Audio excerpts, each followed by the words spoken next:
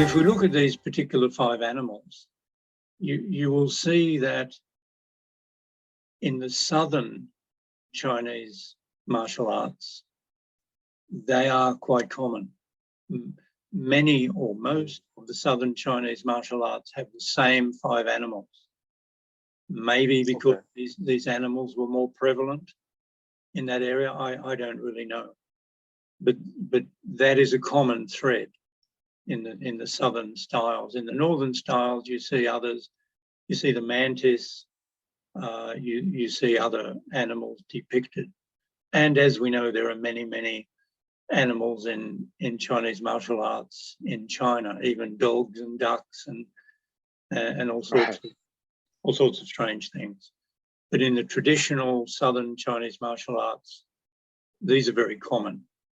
So I have a question. It's about the San.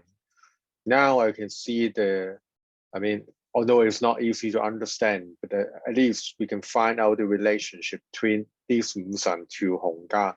So in Chinese medicine, the San is the kind of function to make you to have a good body, or is it the mind health tools? I mean, how do you apply the San, or what is the function of that in Chinese medicine actually? If you look at the diagram in front of you, just imagine the animals are not there.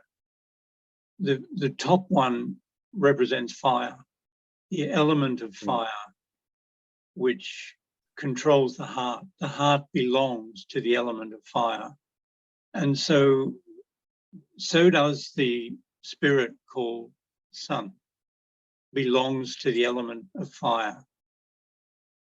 So that spirit, or the functional characteristics of the spirit called Sun, also represents the characteristics of the heart.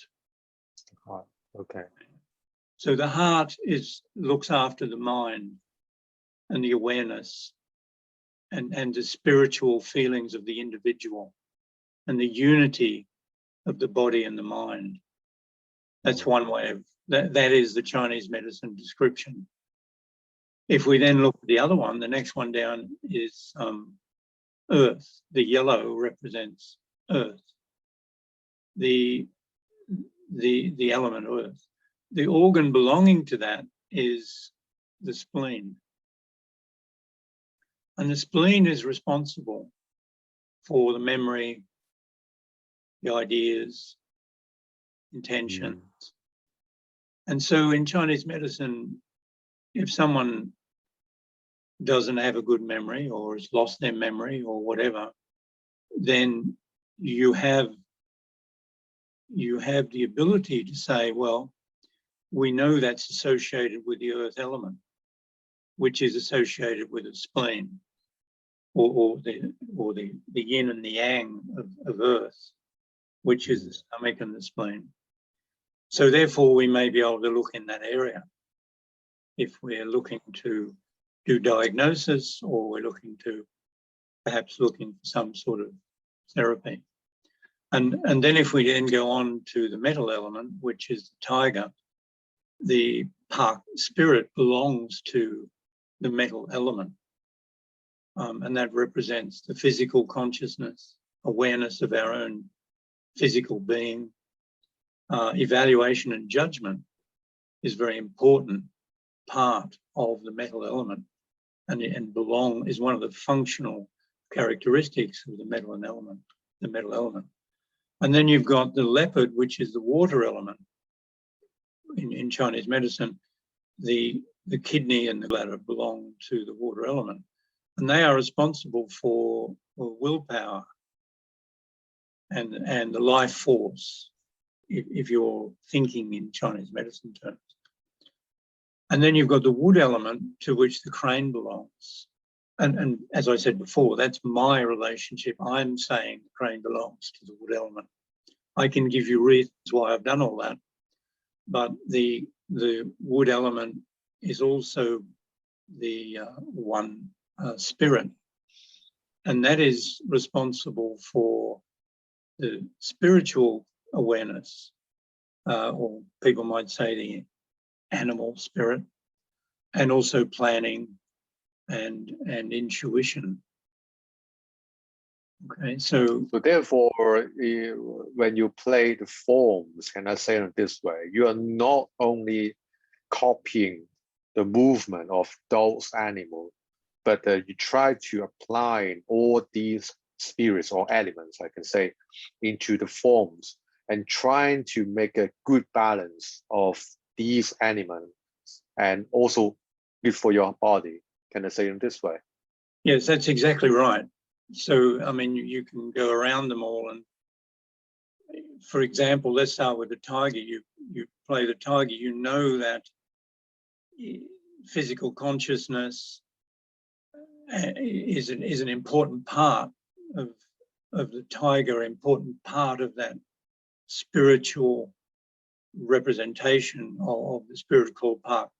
So then you think of the tigers, say for example, you look at the tiger's anatomy, their legs, the bones in their legs are extremely large and strong. And so now you're acting out the characteristic of that animal. Yes, and most people will say, you know, you've got this particular movement, which you would say, when I talk about martial arts, I don't know all the English words, but in the tiger, we think of or fukamyo, which translates as the hungry tiger catches the lamb. So we can think, oh, okay, the forearm is out here, and then the other arm is like a claw. Very strong one, aggressive. Yeah, to catch something. That's right. But we need to go beyond that and think, okay, it's not just a position of hands. It's actually the tiger. We are acting out the tiger when we do those particular things. So we take on the personality of tiger. So we're very aggressive. We're very offensive. We're aware of our physical capability and the power in our arms, particularly our forearms. So that's an example of that. Okay. If we look at the crane, when we play the crane, it's very different. It's not like the tiger.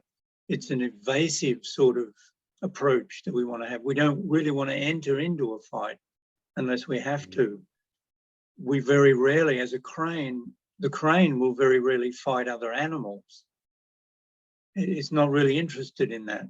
It's not its major food source, other than the fish and so on. But sometimes they have to. Even the tiger, they may have to.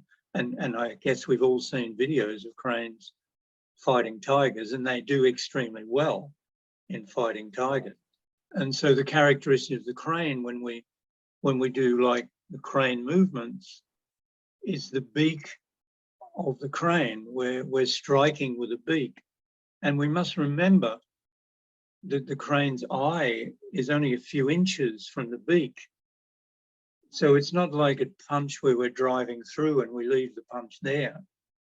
We have to retract. We have to bring back the beak. So the beak is a focus of power for a very short duration at a particular target, and then it retracts so we can see everything again and we're ready to strike the next time.